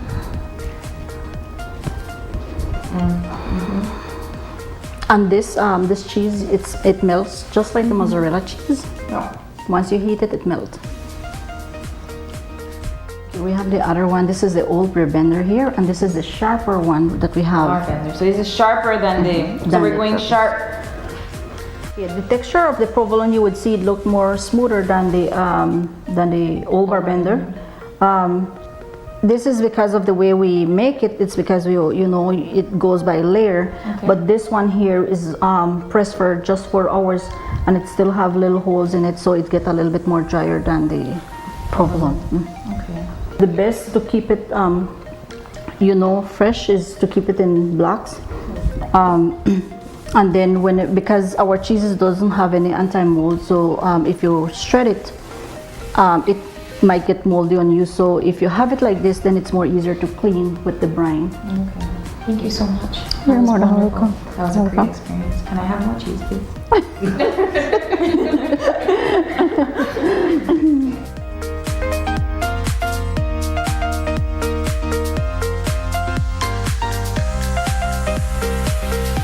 So I am here with the owner of Ian Anderson's Cave Branch, Ian Anderson. Hi. Thank you so much for being with us today. Can you tell us a little bit about the history of this place? Well, first of all, it's a delight to be with you today, so thank you very much for coming. Caves Branch started about 28 years ago as a very rustic camping ground. In those days, most all tourists that came to Belize were backpackers, and they were looking for some place to camp, so that's how we started. Now, over the last 28 years, we've gone from a rustic campground with outhouses, bathing in the river, and cooking with firewood to what you have today. How many rooms do you have at the lodge? Lodge, we have a total of 26 different rooms. We have canopy tree houses, 2-bedroom tree houses, riverview tree houses, and then we have our jungle cabanas, our suites, and the bungalows. A nice selection for a large variety of guests. So I was the first one to start caving in this country. No one else did it at that time. Others followed throughout the years, until now, from my understanding, is that caving is the #1 inland adventure in the entire country. It is, yes. So I'm very proud that we were the ones that initially started it way back. I mean, we're going back 28 years ago. And that involves cave tubing and just walking in to Sure. Our first adventure was cave tubing. So this is our botanical garden. We have a nursery of about 800 or 900 plants right now. We donate a lot of those plants to different schools that are looking to start little gardening programs at their own school. We teach kids here how to go out into the jungle and how to collect a bromeliad or an orchid from the wilds safely so that the plants aren't being damaged. These are all epiphytes. That means that they grow on a tree and they use their roots to hold on to the tree, but they absorb their nutrients through the leaves. We have one of the highest rated scientific gardens in Central America, because everything that we have in there, or about 97% of our entire collection, was located and collected from in situ, meaning in place. And recorded the altitude, longitude, latitude, the altitude, the rainfall, the wind directions, and all that's documented scientifically. What would you say is the tourist's best experience at Caves Branch? I would say that the #1 experience at Caves Branch is our staff. People just rave about our staff. And what's so good about the staff is they're nice people. That's it. When we look at hiring employees, we don't look for experience or how many years they've been in the hotel industry or the tourism industry. We look at nice people. That's what we look for, nice kids. And if they're nice, then we can train them. It's been 2 hard years of people being hospitalized and unfortunately dying, and these people being there 18, 20-hour shifts having to deal with all the heartbreak. So since it's Women's Month right now, I am going to be sending 21 letters of invitation to 21 healthcare workers to be given out by the hospital, and inviting them to Caves Branch for a night with meals, dinner and breakfast, an adventure included if they want to, as a chance for us to say thank you very much to them and to give them a little bit of a, even if it's only for a night or for 2 days, a little bit of a respite, a break on what they've been going through. So to all the healthcare workers around Belize, but especially Carl Houston Memorial Hospital, for the tremendous job they've done, and I thank them very, very much for it.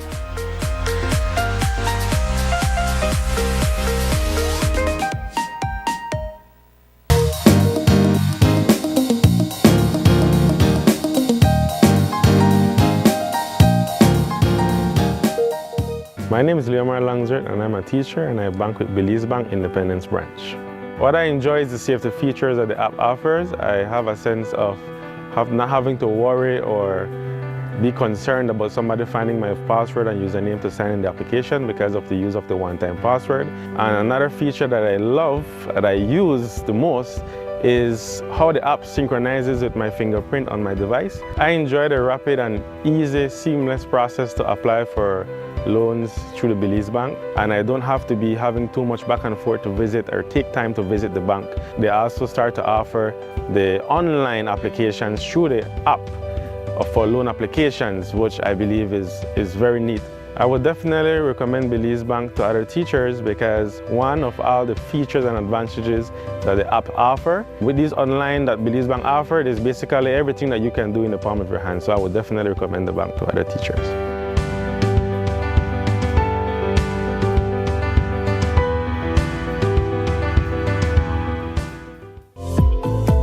Unwrap the joy of crystal clear picture and sound from Iowa, the brand that offers you affordability and exceptional quality. Iowa has a wide range of exceptional products to choose from, such as TVs, speakers, headphones, home appliances, and much more at affordable prices that won't break the bank. Enhance your audio-visual entertainment experience with Iowa, and for your convenience, parts are readily available in country for hassle-free maintenance. You can find Iowa products at your local electronics store countrywide. Choose Iowa, the best in home entertainment and household appliances.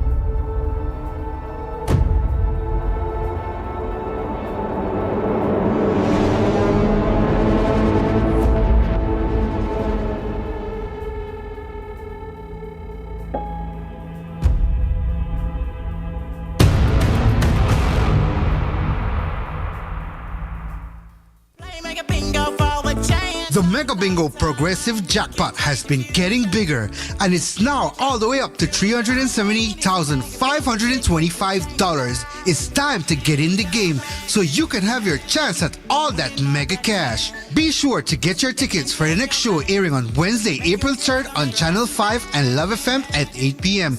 or catch it online. Log in to YouTube or Facebook and search for Belize Mega Bingo. Don't miss it. You can be the next one to win that mega progressive jackpot. All that cash can make your dreams come true. And remember, Mega Bingo is the game.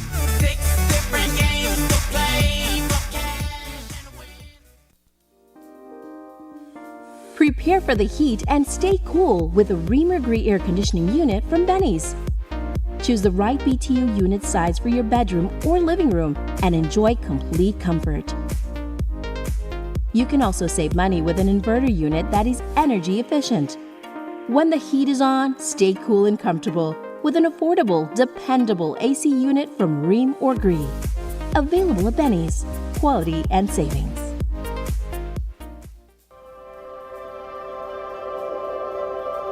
For 19 years, SMART has been the pulse of our nation. A journey of growth, innovation, resilience, and unity. From the first call that bridged distances to the data that brought us closer than ever, SMART has been there, weaving threads of connection across our beautiful land. We have been active in providing innovative solutions to enhance our customers' lifestyles. Over the years, SMART has developed and provided various services to meet customers' needs. To the dreamers, doers, and the believers, thank you for making SMART a part of your story. For 19 years of trust, loyalty, partnership, and shared experiences. As we celebrate 19 years of connecting lives and dreams, let's keep the rhythm alive. Together, let's continue to shape our future one connection at a time.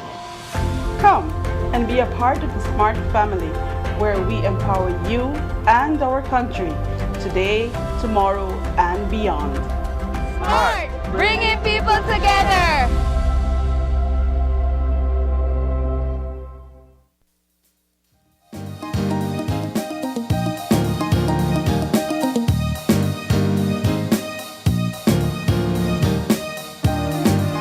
Welcome back and thanks for sticking with us. We had a lovely Wednesday morning show, Isani.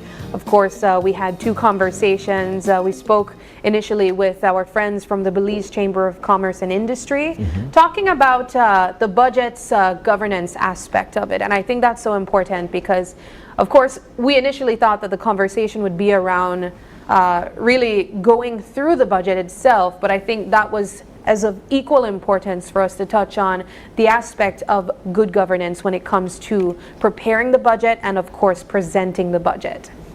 Certainly, when you look at, any attempt to break down and digest what is contained within the revenue appropriation bill, that's quite an exercise.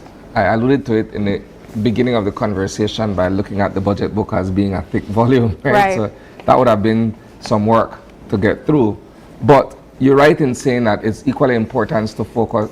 To focus on other aspects of the budget, how it is implemented, and sort of like a monitoring and evaluation process that's attached to it to ensure that the monies are spent the proper way and to ensure that there is the kind of accountability at the end of the fiscal cycle to look back at how much was spent and what have you. Absolutely. And of course, our final conversation was all about skincare tips from Dr. Lopez, a dermatologist, and he was talking about skincare tips to prevent skin cancer.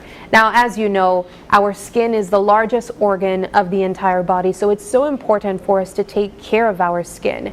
And I think the ultimate message from Dr. Lopez was the importance of sunscreen, not only outdoors but also indoors. Of course, the role that foods play and just anything that we would consume, that they also play on our skincare as well. Oftentimes we think that if you just drink a lot of water, that's enough. But according to Dr. Lopez, that's not even half of it. It's not actually accurate. So maybe drinking water helps you to mind your business, but it might not help you to have clear skin. Find other ways, like reducing sugars, reducing carbonated foods and drinks. Try to consume more whole foods, so your fruits, your veg, and of course, still drink your water, simply because that is healthy to do. Well, you're forgetting as well reducing your dairy intake. Yes. Oh man, I know a lot of people would be sad to hear that, especially after our feature that we just shared. Well, that was the grand irony of it. I know it was.